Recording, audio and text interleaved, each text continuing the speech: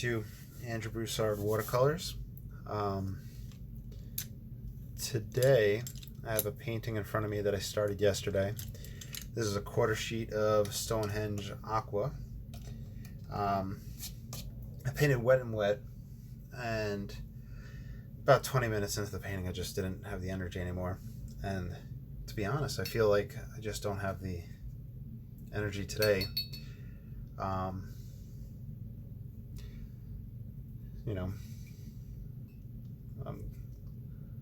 a little worried about what it could be, and but I don't really want to dwell on that right now. But just bear with me. I'm going to paint for a bit on top of this one. We're going to be doing just painting right onto dry, and I have the Hake brush. I have the rigger, and then I kind of want to find a round. Let's see.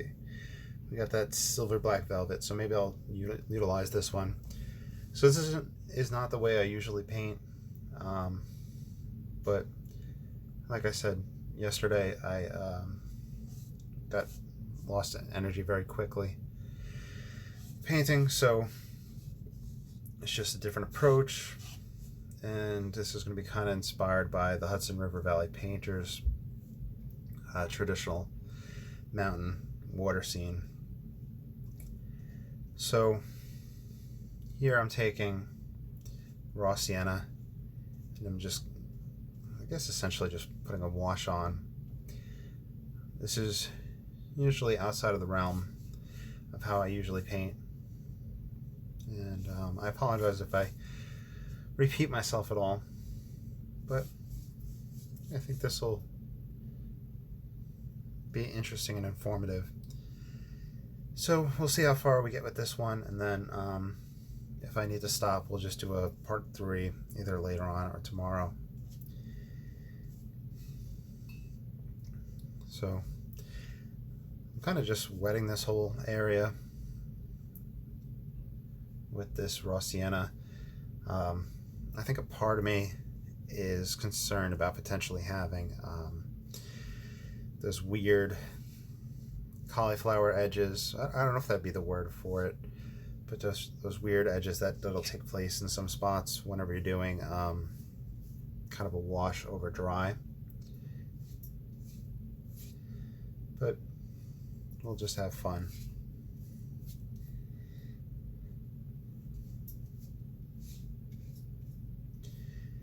And this obviously could have been done yesterday right after just drying off with a blow dryer. I'm going to bring some of this down below.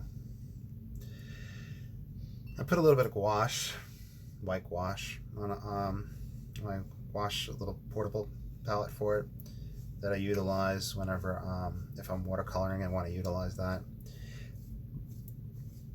I'm not sure if it'll be used, but I put it on a separate palette in order to prevent it from contaminating the other paints on this butcher tray. So this is kind of livening things up, but remember, as we dry off, we do get some tonal shifts that take place. I wonder if we have just done a wash of raw sienna all over this whole thing, how it would have worked. I guess it's kind of like glazing with oil paints.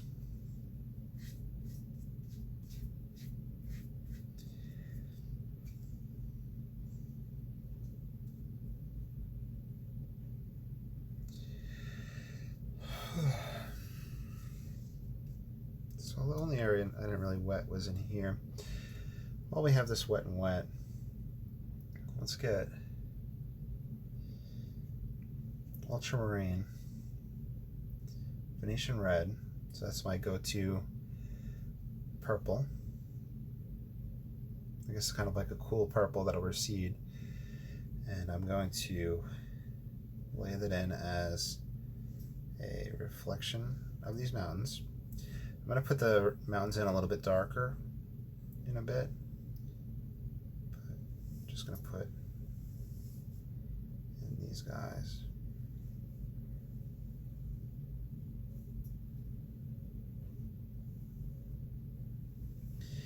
This is just an imaginary scene.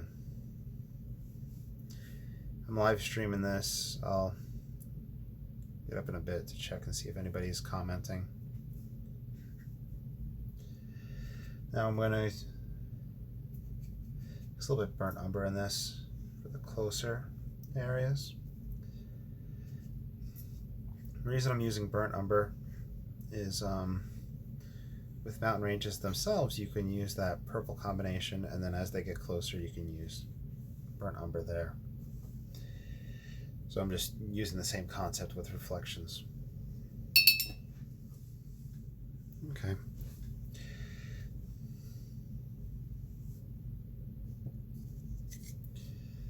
Let's get some pure raw sienna on the hake.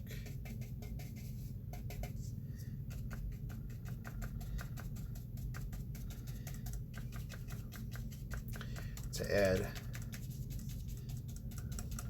more of a glow to this tree edge.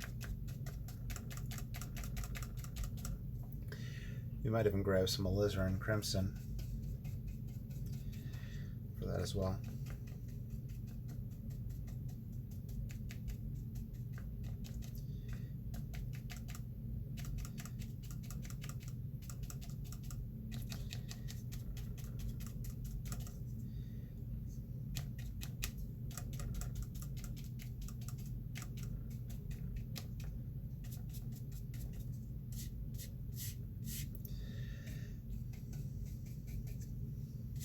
Alizarin crimson, just dry brushing it over here, over the foreground.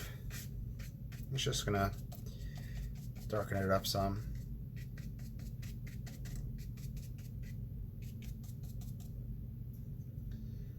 We could even get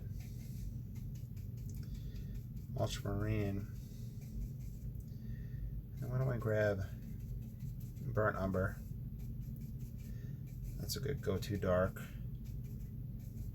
little bit of Payne's gray. Darken this. In the video yesterday, I talked about how with the foreground, we've been kind of having it very tonally similar throughout the foreground. Just some texture taking place, and just so our eyes don't sit too much in the foreground. Let me do a dry off. Oh, hey, how's it going? Thank you. I worked on this about 20 minutes yesterday, and then I just started up again.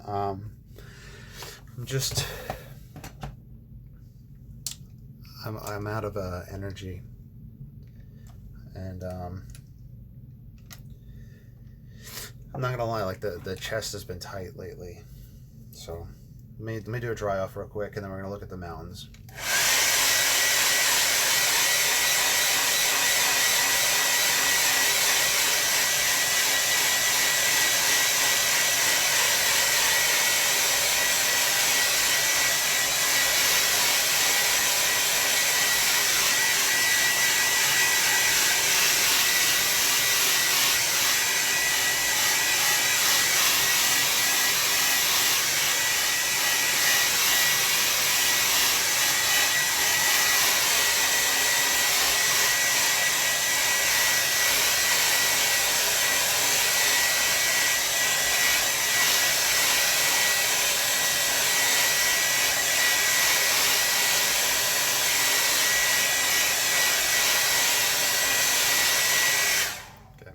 Whenever you're watercoloring, you could check with the back of your hand. If it still feels cold, then it's still wet.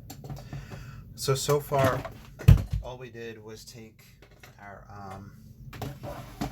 raw sienna and kind of do a wash over the sky, which was already light to begin with. We then brought it down into the water.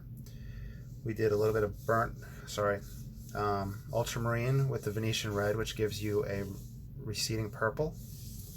And then we put a little bit of burnt sienna in some of those areas. Did a little bit more color in this tree. We're going to build up that tree some more. And foreground, we just darkened it up some. Let's look at the mountain range. Once again, this is just an imaginary scene, so I didn't really plan out like lighting direction or anything like that. So it's just kind of just going with the flow, just letting things happen. And oftentimes I darkened the reflection first, and that's just a habit of mine, because if an area is already wet, I like that wet and wet with water to get a nice softness to it. I did a dry off instead of doing the mountains at that stage, just because I wanted a little bit crisper edges. So this is the number 4 rigger, and with mountains, aerial perspective is really important. Aerial perspective is a bluing or a purpling of objects as they recede from view, as they get further from you. The reason that happens is you have layers and layers of air between you and those objects. And you can't see air. However, layers and layers of it, it builds up and then you start to see it. So that's what's taking place. The mountains, background objects, will take on the color of the air itself. So they take on a bluish color.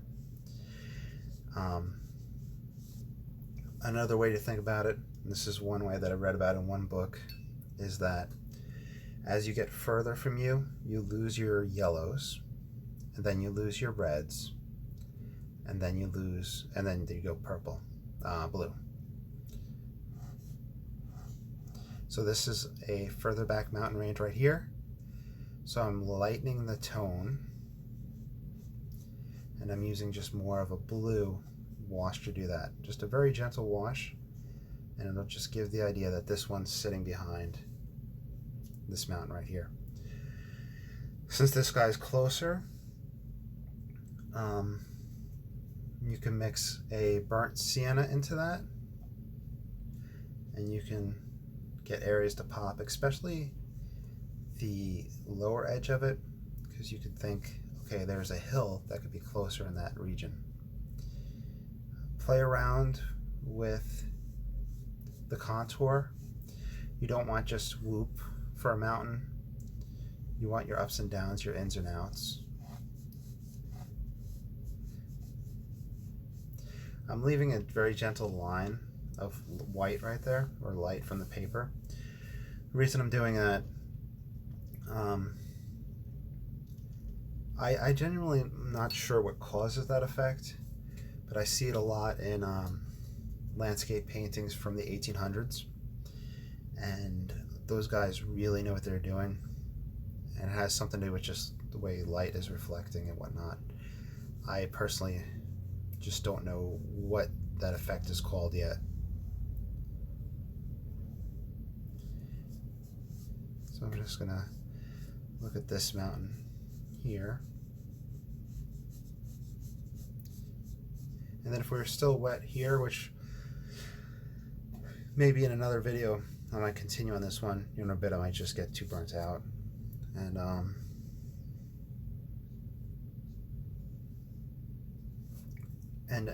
darken the reflection there. You start to get like some really beautiful potential effects with a dark and a dark reflection. Also with your reflections, don't mimic the object that you're painting. Some people do that very, very well and it comes out beautiful. And I say don't. You can do whatever you want. Try it out. Just the logic is that if you have a repetition, the exact same object painted perfectly in the reflection, you have two paintings in one. Thank you. We got another person in live chat, Equal Mage. I did a wet and wet with this one yesterday and dried it off, And then today we're just trying something a little different, doing little washes over this. The wash of raw sienna over a light raw sienna ultramarine sky, I think that just came out really nice, and there's really nothing else I need to do with it.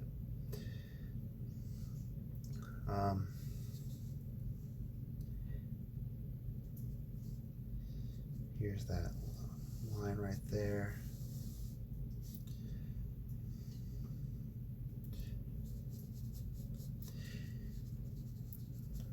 Speaking of contours, this one's a little uninspired, so let me get a little bit crazier with it. Now, one thing I want to be wary of, since this mountain is near the center of the page, I don't want a key feature right at that center. It's just a little too middle of an object there. It's a little too purplish, but it's okay. It's whatever. Let's bring them up.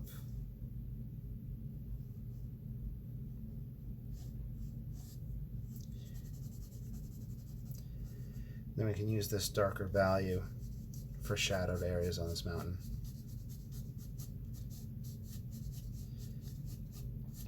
In Chinese landscape painting, they have a beautiful brush technique, and let me dry this off so I can try to demonstrate it for you.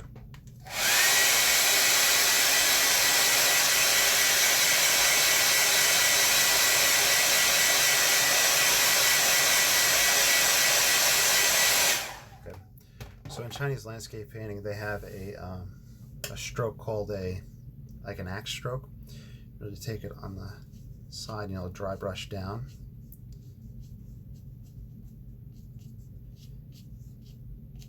And it's used to give a rough effect to rocky structures. It's not coming up perfectly here, and usually I believe it'd be used for larger, closer edges, but it's just a dry brush effect that's very prevalent in Chinese painting. Now, let me darken these reflections and show you all what I was talking about. I'm going to use the same mix, but I'm going to try to make it darker.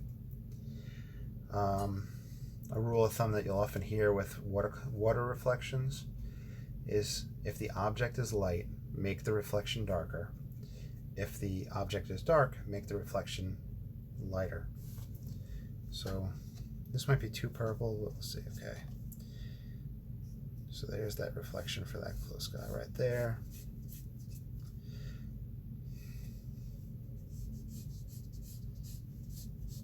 This is for that peak. And I'm going to try not to mimic the exact thing. I'm not going to try to paint above and below the same object.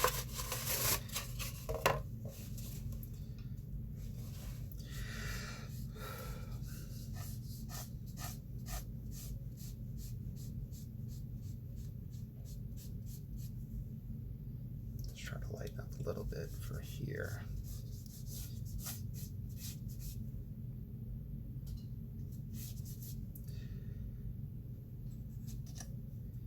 I'm just now pulling water because I just really don't want any rough edges down here, and that's just a matter of preference.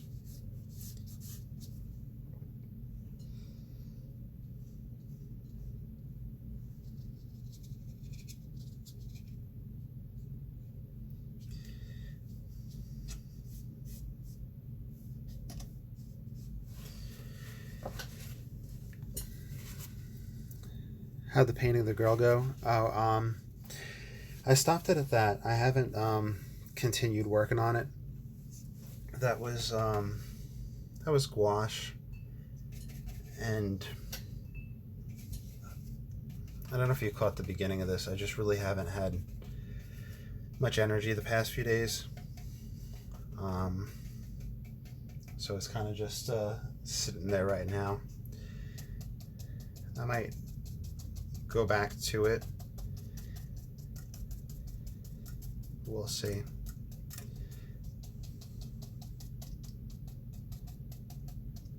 So this is, yeah, so that painting hasn't really flourished any further at this point.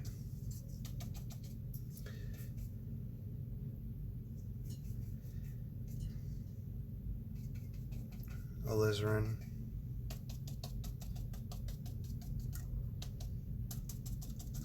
And I really need to darken this up.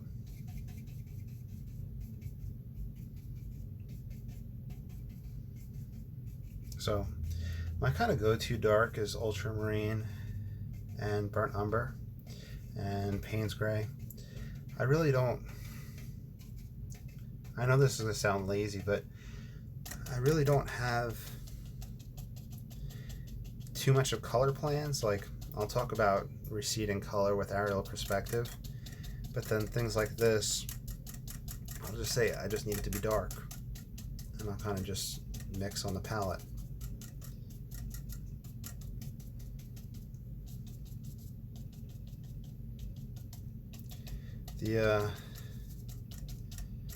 The tree shape is a little, I don't want to be repetitive with my language, but it's a little uninspired, so we're gonna have to figure out ways to loosen that up.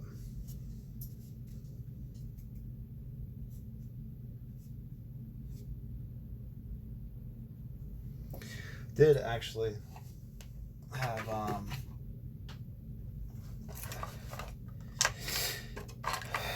enough energy to kind of organize, and I picked up these like a few weeks back, these cheap cigar boxes, and on each one of them I wrote, you know, what they were, that and the gouache, and organized things. And the room that I have dedicated to art, we rent a 2-bedroom house, and one of the rooms is for art. I've been slowly like going more towards a turn of the century Victorian vibe for it, like the dark wood and stuff like that, moving away from plastic things. It's kind of my man cave, so, and that's what I like, which you wouldn't guess by looking at me, like a tattooed, bearded big guy.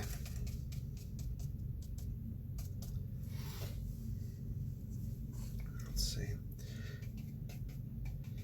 So just a repetition of the fact that I'm putting darks in the foreground and there's texture, but not really too much tonality and clarity there. So it's tonally this close and not too much clarity to kind of prevent the eye from stopping in that location, so that we can travel back into it.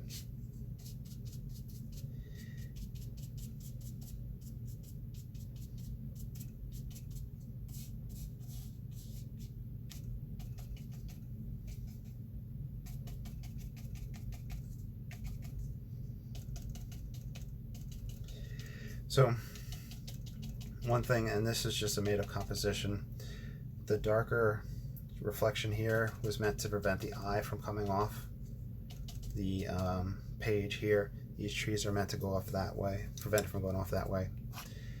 But I feel like I need to build up a little more depth. I don't know if I'll put a boat or something like that out in it. But I think this would be a pretty easy tutorial to follow along for anybody out there. I'm going to upload it to YouTube. And of course, if you ever follow along, feel free to follow along. And if for some reason any of the paintings you follow along with, somebody says, hey, I like that, and they offer to buy it, feel free to sell it. You have my permission to copy these tutorials and paint and sell.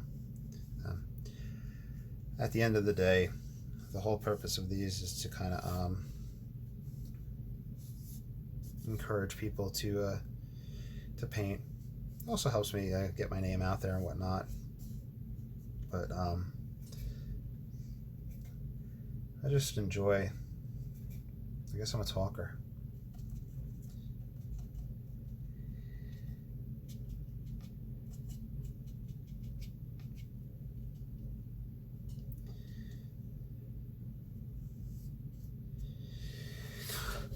see. Thank you. This shape here is a little weird, so I got to come up with a plan. I tried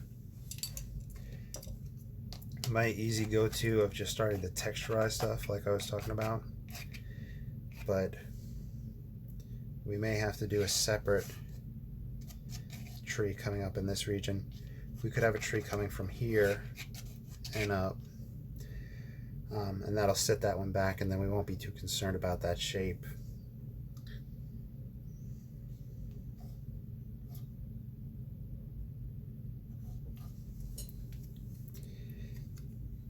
Let's see if we bring one up and over. No, this guy would have had to have been smaller.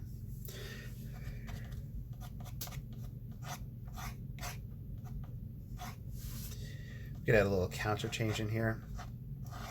That's called, that's whenever you have a light over a dark, and then when it goes to another region, it gets dark over the light. And that adds a little bit there. There we go, that's what we'll do. I'll scrape this out, and then I'll change it. And there'll be another layer of trees right in this region. I really should plan things out a lot more.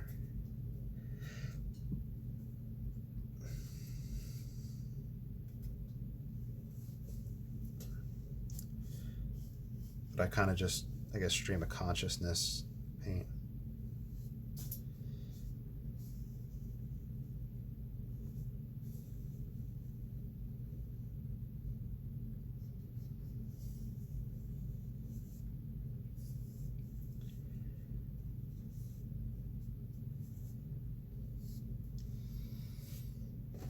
Let me try a little bit right here.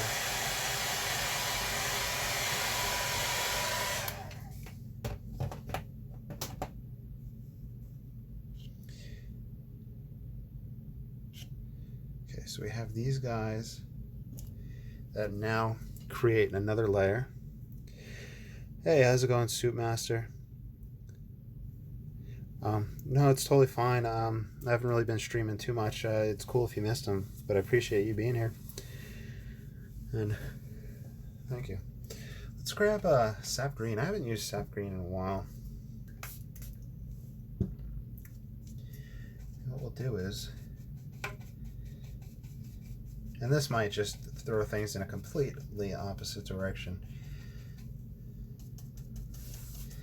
but for this layer of trees in front,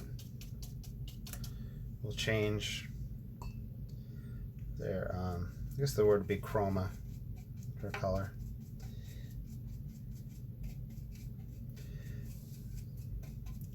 It's cool having multiple people in the stream and talking to multiple people at once. I think we're up to 50 subscribers on the channel, which is like really awesome. Yeah, this will sit in front of that and create another layer to it. That's the idea. That's the theory anyway.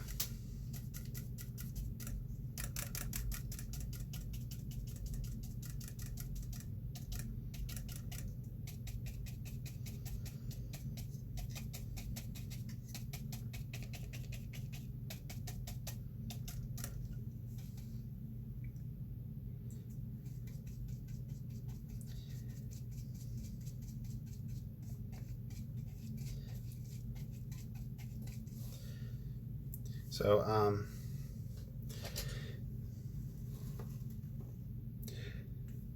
oh, really? Is 50 followers a affiliate level? I think me and Supermaster had talked about affiliate levels on Twitch, where I think you can like monetize your stream, and 50 followers might be a tier or a goal towards it. On YouTube, I have 500, as of this video, like 530 followers on YouTube, but I think I need to be 1,000 there. And that'd be nice to get a little extra flow from from streaming and things like that.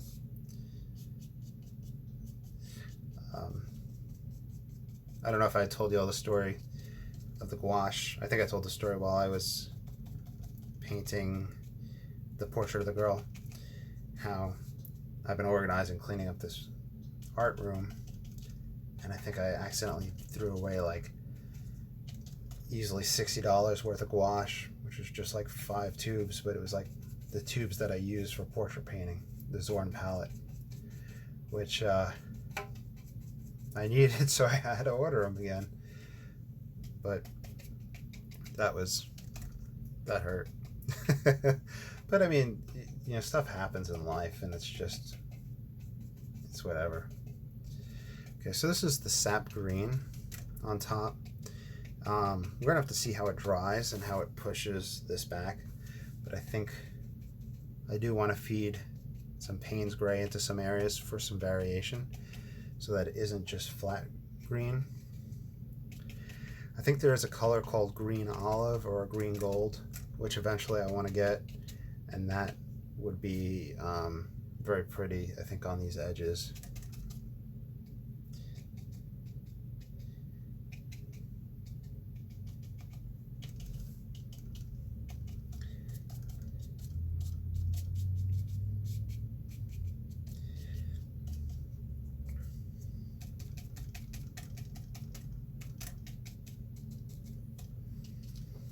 Let's see.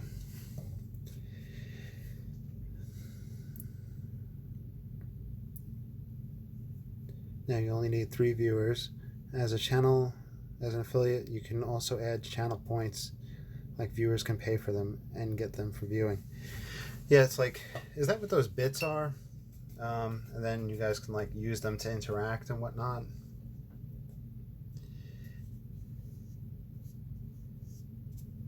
I know every time you guys come on the stream, y'all are offering advice and all that with that, and I really appreciate it. I feel so floundering with the social technology aspect of it, where I'm in my mid 30s at this point, and you know, we had a computer in high school, and I'm computer literate. I know how to use a computer and all that, but it's just the way these social videos things and everything moves so quickly. I know that makes me sound like an old man, but just an example, like TikTok. That seemed to just come out of nowhere, and it seems like there's just people all over it. However, in 2005, I joined Facebook in 2005, so that's old school. That's a good testament to my age.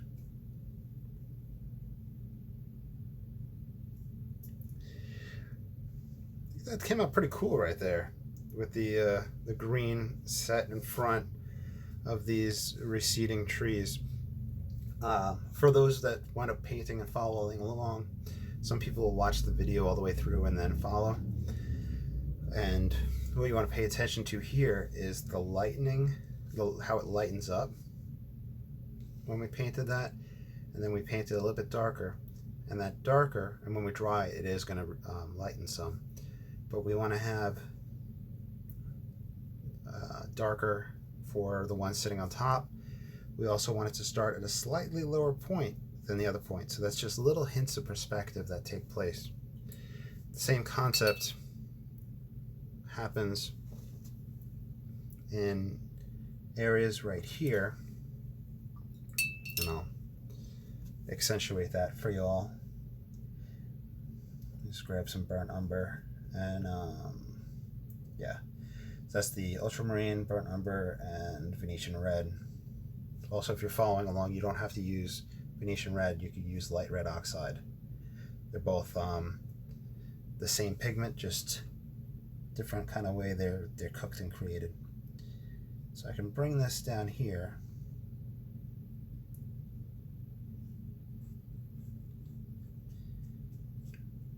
That's like an extreme accentuation. But that little hook right there gives you an idea of depth. And then just wet it with some water, just bring it down a little bit more reflection for that guy.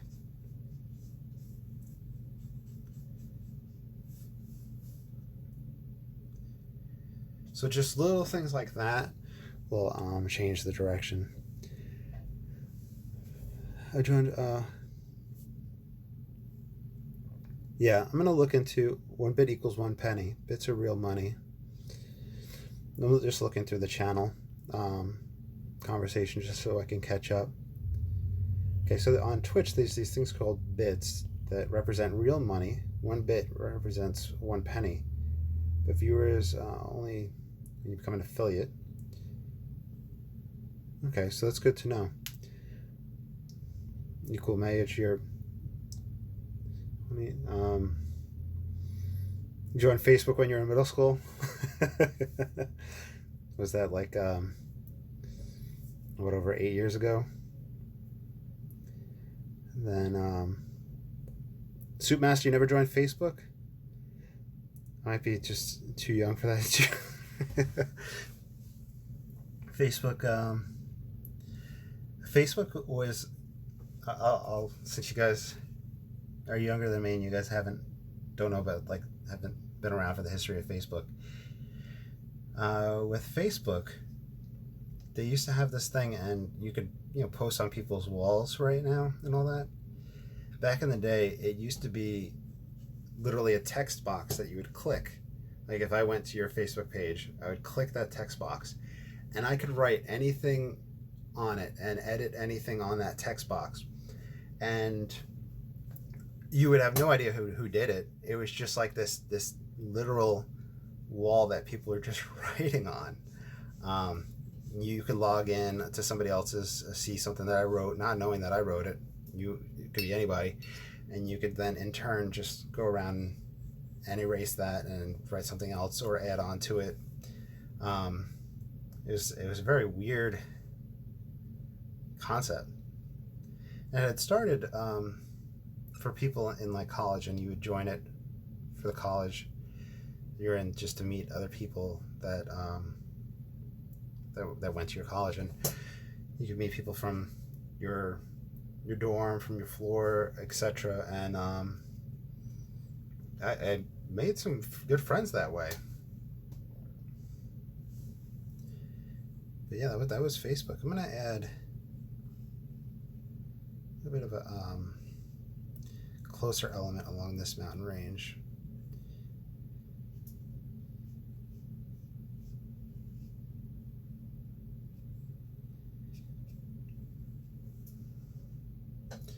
And then before Facebook, there was LiveJournal.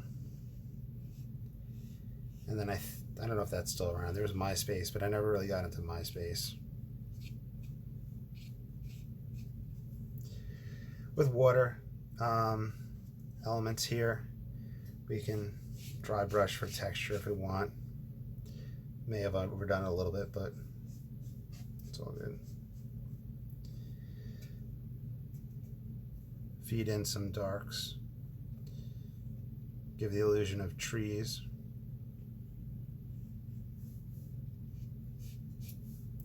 Same thing here.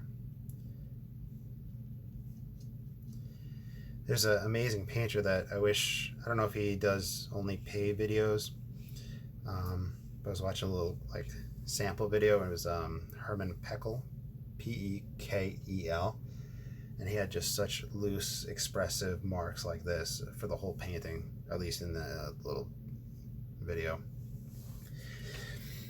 Let's see. So if we wanted to, we could do another tree element on this side, and that would then create a O-shaped composition where we have stuff on either end. We could also add just a little structure here that comes up just for a little bit of that foreground, and I think that's the way I'm going to go. Let me just dry it off real quick.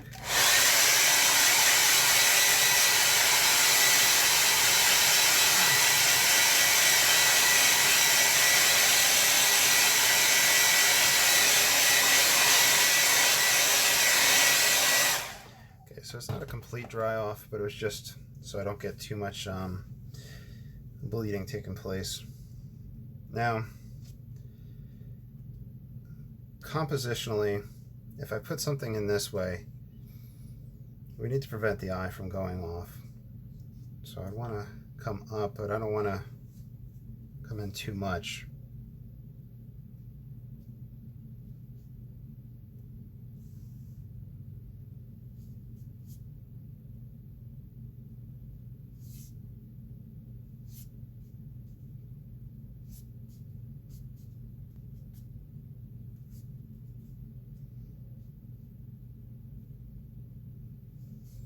Leave little gaps in these lines.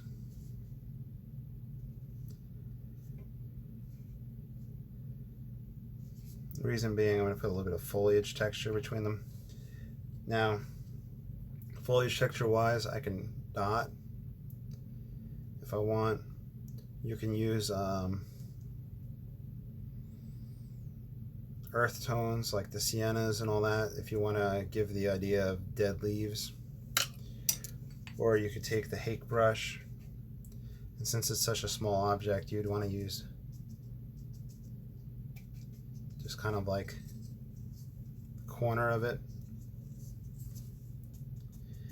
Don't be worried about getting paint on your hands. A lot of these colors aren't toxic or poisonous or anything like that. Though I am upgrading my oil paints. I think I'm still out of the toxic range with oil paints, but I came very close to ordering cobalt blue, like pure cobalt blue, which, looking online, I don't know if there's some people say that that the dangers are overblown. Some people say that it's best not to just mess with it. But like I said, we rent a 2-bedroom house, and we have the sink that I wash the brushes in, which, surprise, I mean, that's where we wash dishes. Like how much do you really want a chance? So I didn't do too big of an object there because I didn't want it to go off. Okay, let's see. I'm just catching up with y'all to see what y'all saying. Okay, Suit Masters from Germany. They have textbooks from 2007. They always talk about they talk about Facebook in the textbooks. Well, thank you. Design Kyle came in and gave a compliment. No, thank you for the compliment with the mountains.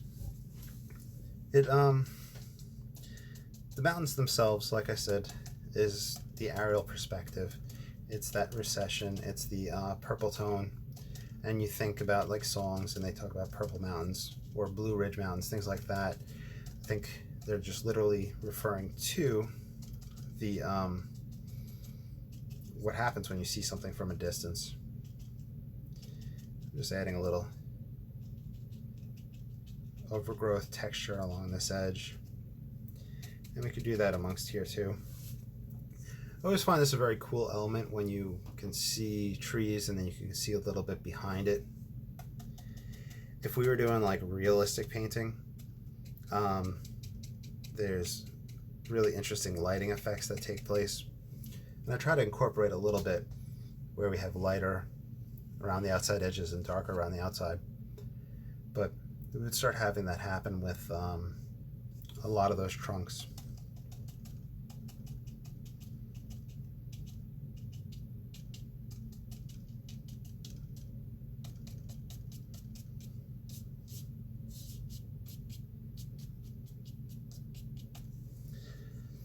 See. I could, if you all want,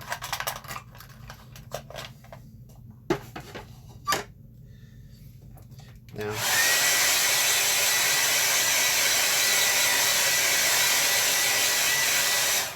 if you use a razor blade technique, just be careful, obviously, if you're following along, so you don't cut yourself and all that. Would I recommend going to art school or studying art? That's a tough question. it depends where you go to art school and what you go to art school for. I don't want to be a negative Nancy and say that you're not going to make a living in painting. But if you do interior design, if you do architecture, something like that through an art school, it's probably a lot easier to make a living. And there are artists out there that make a living. For me, I've probably told you all, my degrees are in mathematics and physics. And while I was getting those degrees, I took art classes at the college on the side. And I learned a lot. And I said to the professor once, and this is when we were doing oil painting, man, I wish I could just be a painter. And he said, no, like pursue the math and the physics, and probably because I'm just not that good of a painter, but also because of the job security, the options that were out there. I'm just taking the razor blade, and when you have a drier paint surface, you could take the corner and pick it up. Anyway, so regardless, I felt like I learned a lot. And then when I came down to Louisiana and I was doing my alternative certification that would allow me to teach down in Louisiana, having degrees in non-education fields, I continued to take art classes, and some of them there was no direction, and one or two of the classes was fantastic, life drawing, and it was drawing 3, and it was all about contours and textures and tonal values and whatnot, and I felt that was really helpful. So if you ever want to go to college for art, I'd encourage you to do so, but look into what options are out there, how the school is, etc. Try studying art on your own, see if you like it, because at the end of the day, it is a lot of studying, and you'd have to spend 8 hours a day doing art. That was a long ramble. I don't know if I answered your question. We got Pavel. Hey, it looks great. Keep up the great work. Oh, thank you. I appreciate that. Yeah. The razor blade, I don't know if the picking is showing up a little bit. Yeah, you got some of those lights there. With the razor blade, there's a few different things you can do. I'm gonna demonstrate it here, just so you all can see. And remember, if you're using a razor blade, be careful. Disclaimer. So you can pull as if you're doing a cutting motion, and that can give you the idea of like a branch hanging out. You can get more of a line. Sometimes it skips, so you want the area to be dry. Let me do a quick dry off.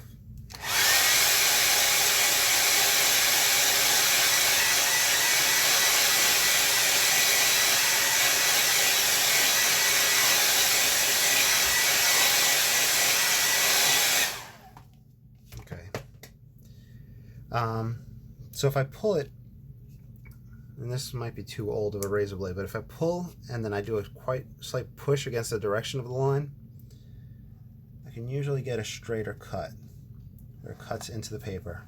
And if you have a cotton paper, you're not going to cut all the way through. I could drag on the side and get more of a skipping line. In fact, there we go, right there. You can get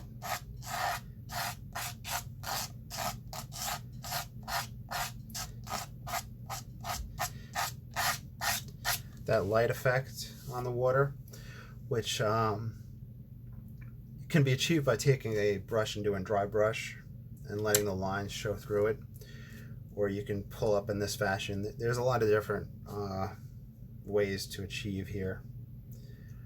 You can pick out wildflowers or little highlights if you want. You could pick out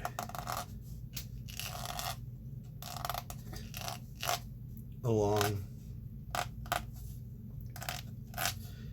trunks and branches in order to add a little highlight to them. There's just a lot of different things you can do. And if you watercolor paint, I mean, try it out. You could also experiment with just white gouache, which I haven't included at all in this. I poured it out just to be on the safe side, but decided not to utilize that.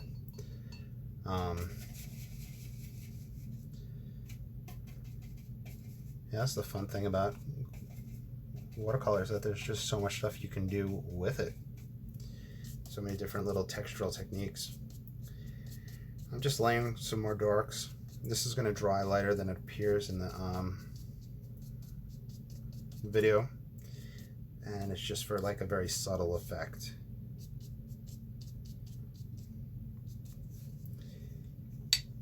You can of course take the rigger brush, which rigger brush comes from the fact that whenever they would paint marine scenes where they paint the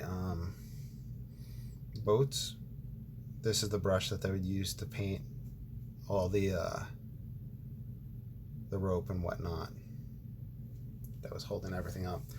So it's really just little hoops for birds.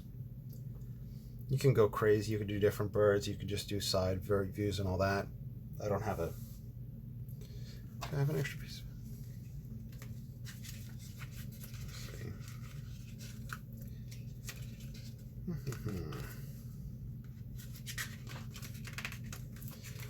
This will just bleed right through, but you could do like different shapes and get like different turning effects for the bird in the air. And you know, watch the sky, watch the birds, and you'll see how they'll do that. Like down here we have a lot of cane fields and rice fields and all that, and they'll you know, cut the cane and whatnot, and that exposes a lot of the smaller rodents that live amongst it. And then if you look over those fields, you'll see the birds circling, the birds of prey looking for those rodents to pick off, which I know sounds brutal, but you know, it's circle of life. In fact, I don't know if I told y'all, I have 3 pet rats, and they're really sweet. Well, they don't really like to come out and play, unfortunately, but yeah. So the rigger has a lot of just like fine line effects. I've been using the number 4, that's what I was using back here. I guess I was just kind of like going through a whole bunch of stuff. You can use it on its side, just like I kind of used it back in here for a slight textured mountain effect, for a foliage effect. I also like to use it, you probably saw me do it earlier, at the base of trees, and that just helps me ground them. Oh yeah, no problem. But like Suit Master, I think you said you're from Germany. You know, I think you said you were young. You got your whole life ahead of you. So, like, explore art, but also see like what jobs are out there and whatnot. And this might be terrible advice. But think about it this way: with all the stuff that happened, and I'm not sure how Germany was hit with the COVID, but look and see, if you're worried about stuff like that, look and see who still has a job during these time periods. And I know that's like probably the worst, I don't know if that's the worst advice or the best advice I can give, but at the end of the day, with the society we live in, you need to have a way to keep a roof over your head, you know, and you need to find a way to feed yourself and your family. that being said, find something you like, a job, but keep those things in mind. Are the schools in America opening up again? The schools that I teach at, so I teach down in Louisiana, they are supposed to open up in August. I think we usually do a few days of in-services where the teachers get together, we go over stuff, and they in-service us, they talk about stuff for the year, or maybe lesson plans, etc. And then school starts on, let's say, August 7th or August 9th. I saw one of the local schools posted that the school board central office was going to make an announcement in a few days about what the plans are going to be. It seems like they're opening up a lot of options for homeschooling for kids. The Louisiana Department of Education put out guidelines for different phases. We have these things called phase 1, phase 2, phase 3 based off of the state of opening. Right now we're in phase 2 because people keep on getting the virus. In fact, I mentioned earlier, like, I've been having trouble with my breathing in my chest the past few days, so I mean, fingers crossed that it's not that, but it's been like no energy, and it probably even sound like I'm talking lower than usual. Anyway, the Department of Education put out guidelines, and the guidelines make sense, but then from a practical standpoint, it's like, doesn't seem feasible. For example, they have a suggestion that kids wash their hands when they get to school, before lunch, after lunch, when they leave school, when they're leaving the school, wash their hands every time they change a class period, or wash their hands every 2 hours. So I teach at a high school. They have 7 class periods. It comes out to about 8 hand washings a day. And they talked about maybe kids just eating lunch in their classroom and not going to the cafeteria, maybe kids being in the same classroom all day, I'm not sure. But if you're washing your hands 8 times a day for the school, and let's say generously that there's 30 sinks in the school, disregarding the fact that some sinks are right next to each other, so you wouldn't be 6 feet away washing your hands, if we have about 650 people in the school, if we had everybody line up, wash our hands, and did all that, that'd be about an hour worth of education time just lost. But I think that they're really trying to promote the possibility of distance learning or homeschooling or something. It's just it's bad, regardless of how you feel, like politically or anything like that, about masks wearing. There's a lot of pushback down here, all over the United States, in regards to wearing a mask. And one of the guidelines says everybody 3rd grade and older for Louisiana are recommended to wear a mask at school. And I just don't know how that would work.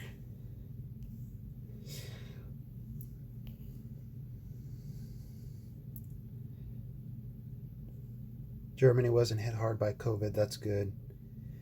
There were some infected, but not many deaths. Yeah.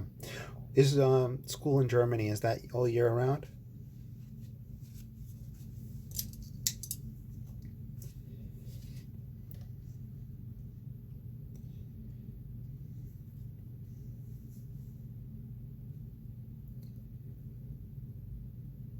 Okay, so in Germany, the schools are split in 3 groups now. We always switched between normal school and homeschooling via email. The private schools had utilized Zoom meetings, and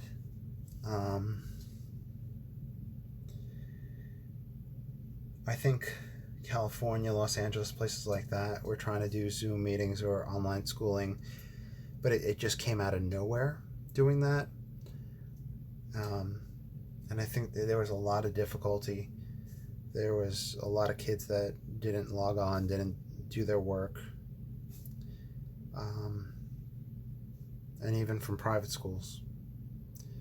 But then again, the whole thing just came out of the blue. It came out of nowhere. So I really don't know what and how it's going to be. I personally think that, if we do distance learning, we do have computers we could send kids home with, I think. And then, I would think that there'd be grants for computers, or just the school. The school could take out a loan and buy computers. I would assume. It's probably just mainly if, but that's taxpayer dollars, so that's that is a big issue down here, or just in America in general, seeing who would be okay with that.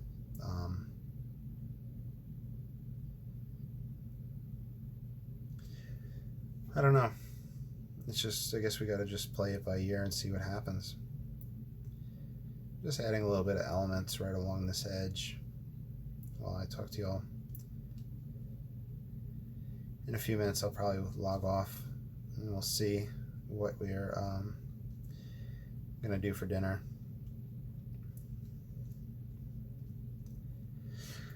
I think I gotta thank you guys a lot for coming into the chat today, because it really was, for me, it was difficult getting on and starting to paint. But having y'all here and talking to y'all definitely took my mind off of things and helped me stay in paint. So I want to really thank you guys for that.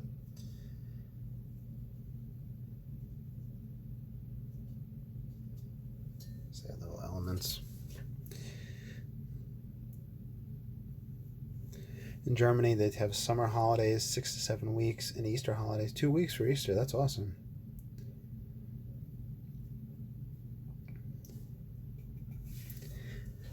In America, we have about a week off for Thanksgiving, a week for Easter. Some areas just do a few days for Easter, not a full week. Where I'm at in Louisiana, we have a week off for Mardi Gras, which is really nice. They used to just do the 3 days, the Monday, Tuesday, Wednesday. We have winter break, the Christmas, which is about 2 weeks. In the Northeast, where there's more of a Jewish population, they'll have off for, I don't know if it'll be Passover, or I don't know if there was off for Yom Kippur. Some of the Jewish holidays, they'll have off for those. I think we get off for Labor Day. Yeah, I'm just doodling a little bit of structures right in here.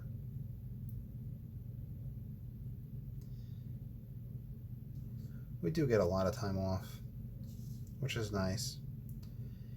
It's much needed.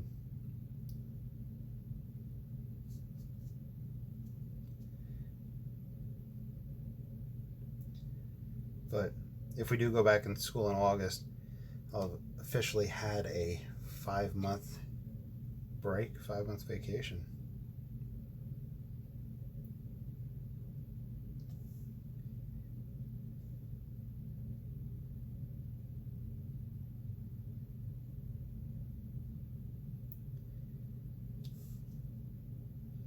I think I might widen this out and make it more like a stump.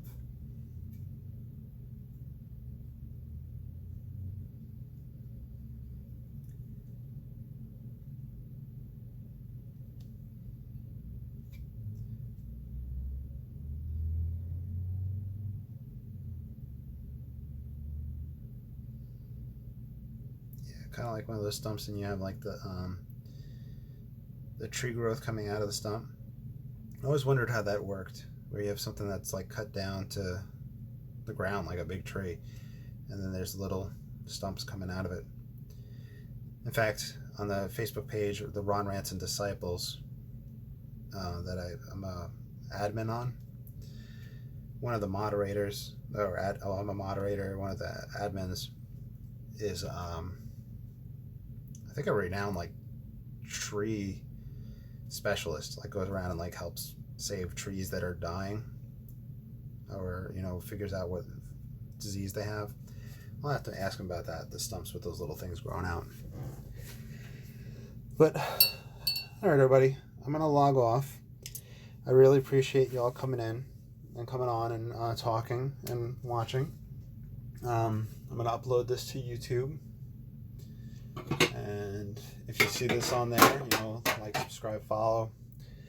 Of course, I have the Patreon link down below if you ever want to send any support stuff. If not, that's totally fine. I totally understand. What else? Yeah, of course, on the YouTube, ask comments down below. Thank you. I appreciate that. And I appreciate you guys coming to watch. And I'll hopefully have some more live streams soon or tomorrow. But on the YouTube, if you have questions, ask them down below. I'll always try to answer those. If there's ever a subject you guys want me to paint or an experiment you want me to do, let me know, and I'll try it, or just, it might not come out good, but I can try it, or worst comes to worst, I can't try it. But it's all about education and fun stuff.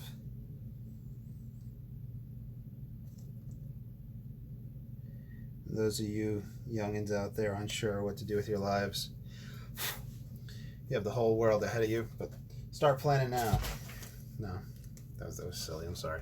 Okay, so this is what it looks like with a mat, and then I'll sign off after that. All right, great piece, and see you hopefully next stream. Thank you, I appreciate that, and I'll talk to you all soon. Have a great day. Bye.